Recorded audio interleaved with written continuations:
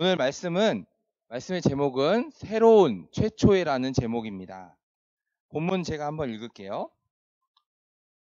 만남에 안디옥에 데리고 와서 둘이 교회에 1년간 모여 있어 큰 무리를 가르쳤고 제자들이 안디옥에서 비로소 그리스도인이라 일컬음을 받게 되었더라.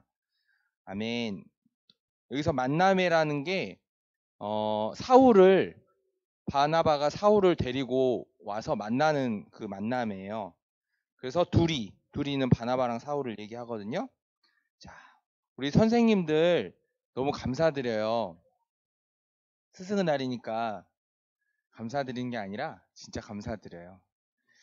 선생님들 만남에 완전 최초의 교회를 경험하고 있는 것 같아요. 기네스북에 등재될 것 같아요. 안디옥 교회가 제 말 듣고 계시죠? 네, 안디옥 교회가 그 최초의 이방인 교회거든요. 그 전에는 유대인들한테만 전했어요. 외부 지역에 가도 사마리아 지역에 가도 뭐 외부인들한테만 전했는데 이때 몇 안 되는 그 무명의 그리스도인들이 그 예수 믿는 사람들이 헬라 사람들한테 복음을 전한 거예요. 그런데 그 사람들이 엄청난 무리가 된 거예요. 그래서 지금까지는 한 번도 그리스도인이란 말을 안 썼는데 이때 최초로 그리스도인이란 말이 나와요. 그리스도에게 속한 자, 예수님께 속한 자, 구원을 받은 자라는 뜻의 그리스도인이란 별명을 얻게 됩니다. 자, 우리들 코로나로 인해서 많은 좋은 점이 있지만 좋은 점이 있어요.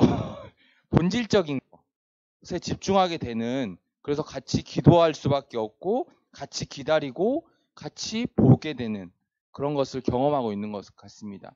우리가 아이들 모습을 봤지만 우리가 할 수 있는 게 없어도 하나님께서는 그 아이를 자라나게 하시고 사랑스럽게 해주시고 부모님들을 통해서 잘 양육하고 계십니다.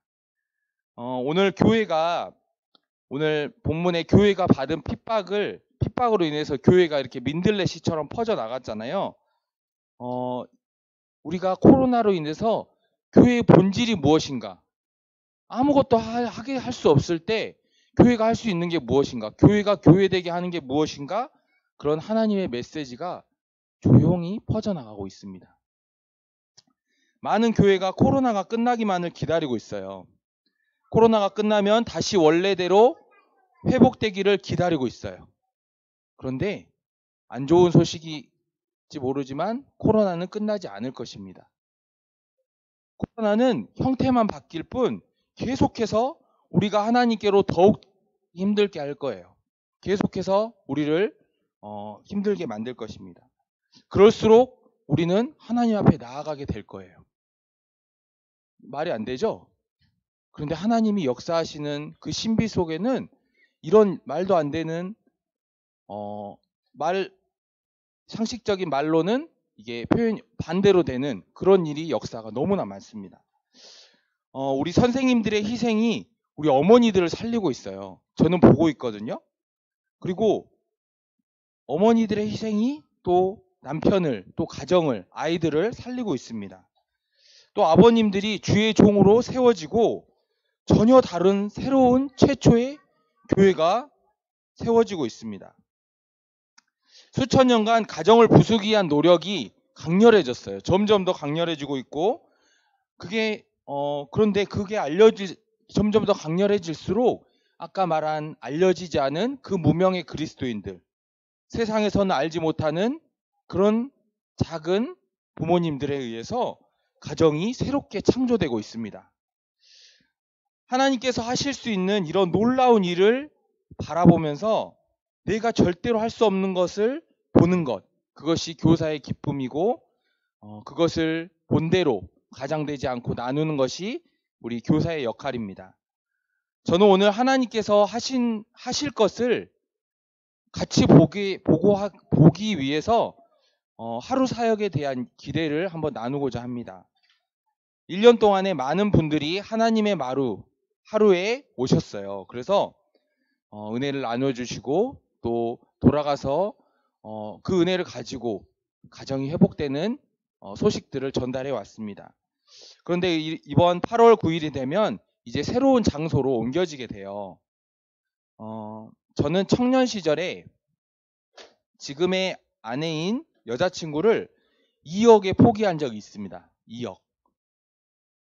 저 아내는 2천만 원이라고 자꾸 했다고 해요. 이게 어떻게 된 거냐면 지금 여자친구하고 제가 결혼을 놓고 결혼을 한 해 만에 이렇게 옥신각신하고 있을 때 여자친구는 이제 물질적인 성공이 가난하게 이제 한학역에서 자랐기 때문에 물질적으로 성공이 가장 중요해서 그때 저 같은 학생은 이제 조건이 안 되는 거예요. 그래서 나랑 결혼하려면 2억 들고 와. 술김에 저한테 그런 얘기를 한 거죠.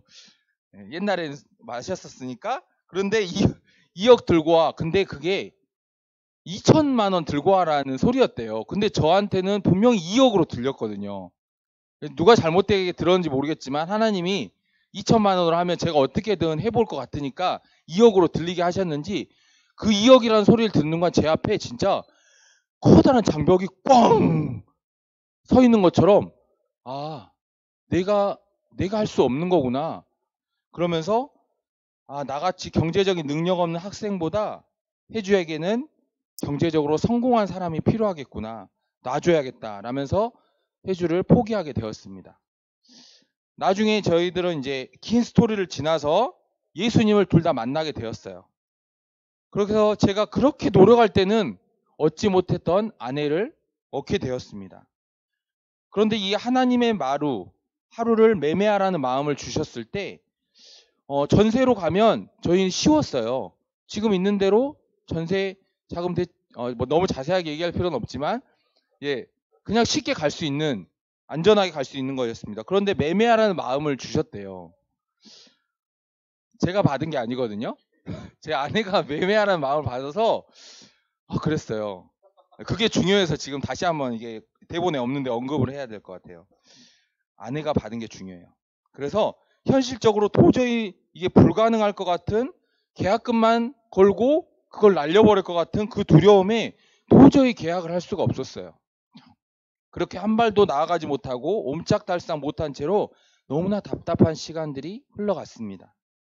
그런데 그때 갑자기 제가 이제 너무 답답하니까 뭐든 이제 건져야 되잖아요. 그래서 저희 모임 가운데 이런 모임을 나눴어요. 너무 이렇게 솔직하지 못한 이런 교회에서 솔직한 나눔이 어렵다는 그런 얘기들을 듣고 저도 하나님한테 너무나 솔직하니 다 알고 계신데도 불구하고 솔직하니 얘기를 못하는 제 모습을 발견하고 제가 차 안에서 돌아오면서 엄청나게 막 소리를 지르면서 기도를 했어요. 그 주님이 주신 그 방언으로 막 차 타고 오는 1시간 동안 계속 기도를 했어요. 거의 절규하다시피. 근데 그때 하나님께서 이런 마음을 주셨습니다. 예수님이 교회를 사랑하셨듯이 남편들아 아내를 사랑하라. 사랑하라라는 말씀이 쳐다보지 마세요. 남편분 쳐다보지 마세요. 아내분 쳐다보지 마세요. 라는 말씀이 포개지면서 내가 또다시 2억이라는 그 물질적인 장벽 때문에 교회를 포기하려고 하고 있구나. 내가 그때 2억이라는 물질 때문에 아내를 포기했던 그 경험을 떠오르게 해주셨습니다. 그래서 아내한테만 매매라는 마음을 주신 것 같아요. 저한테 매매를 주셨으면 같이 감동돼서 막 나아갈 텐데 아내가 또 2억이라는 그때 얘기를 했잖아요. 2억 들고 와 이렇게 얘기했잖아요. 또 매매하래. 그런데 저는 그 2억이라는 장벽이 마음이 막혀서 기도도 안 되고 너무 답답한 시간을 보낸 거예요. 그래서 제가 예수님께서는 예수님께서는 컨닝 좀 할게요.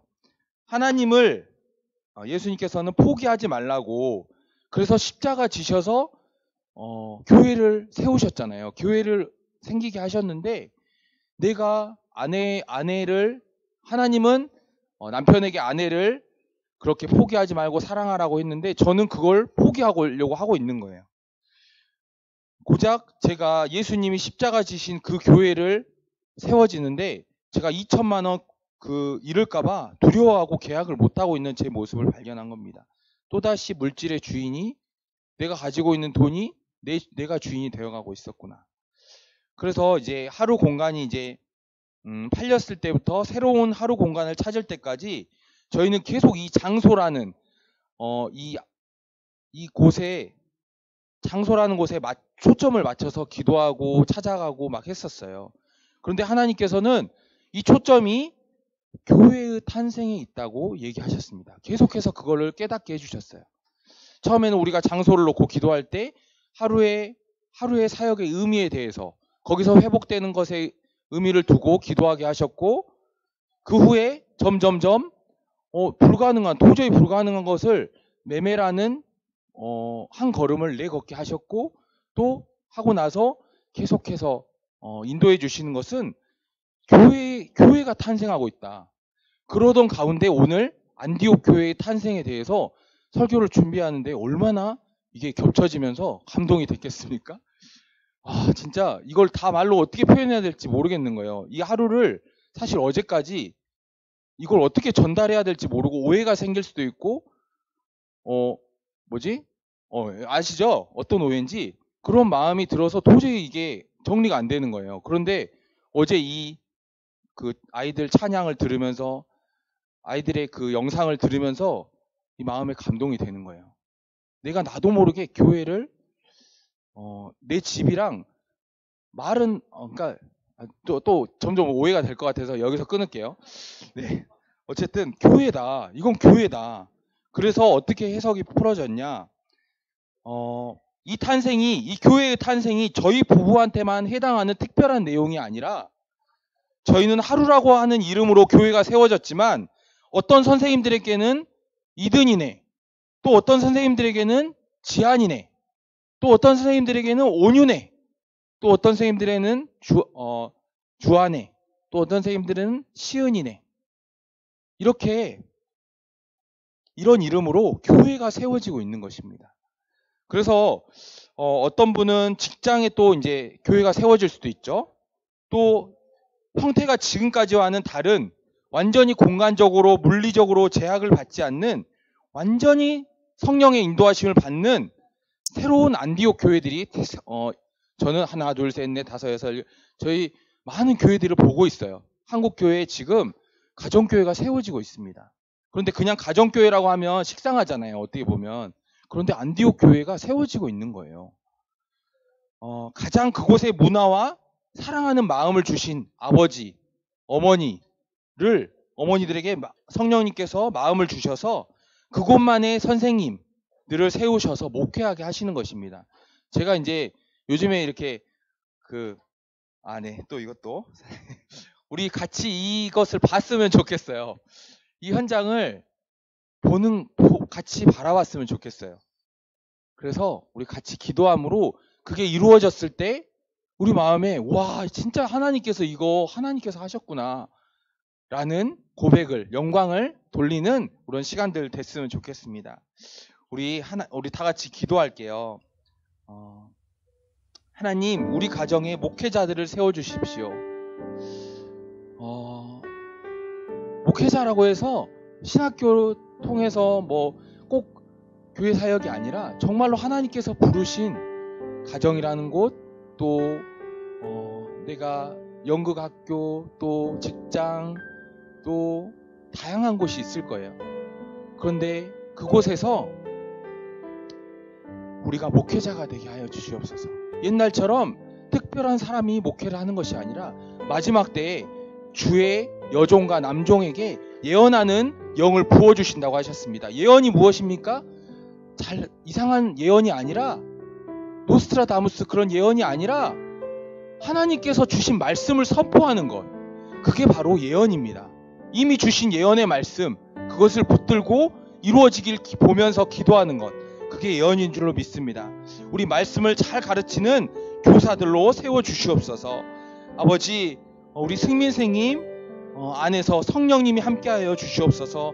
가정 안에, 또 속해진 곳에, 또 유튜브 채널 안에 교회가 세워지게 하여 주시옵소서. 우리 연철생님 친척들 모임 가운데 교회가 세워지게 하여 주시옵소서. 교회가 생겨서 그 지도자가 말씀을 전하는, 예언을 선포하는 연철쌤이 되게 하여 주시옵소서. 우리 친구들 모임에 다시 교회가 부활하게 하여 주시옵소서.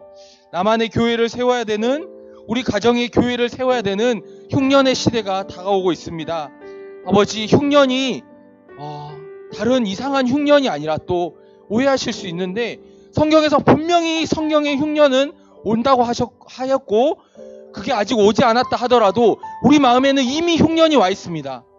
가족 가운데, 또 남편과 아내 가운데, 또 시월드와 또 다양한 관계들 가운데 이미 흉년이 왔어요. 말씀의 부재, 말씀의 흉년이 이미 임했습니다. 그렇다면 우리가 어떻게 해야 됩니까? 아버지, 하나님 보내주시라고 바나바와 사울 같은 우리의 상황을 가장 잘 아는 목회자들을, 선생님들을 보내달라고, 그 선생님이 우리가 되게 해달라고 기도해야 될 줄 믿습니다. 우리 가정을 움직이게 하는 힘이 말씀이 아닌 물질이 될 때, 우상이 될 때 흉년을 버틸 우리의 힘이 없습니다. 지금 이 시간 가정에, 사회에, 회사에 우리가 자신이 보내진 그 안디옥이 어딘지, 그곳이 어딘지 우리 기도하며 찾아왔으면 좋겠습니다. 알고 순종하게 하여 주시옵소서. 예수님의 이름으로 기도드렸습니다. 아멘.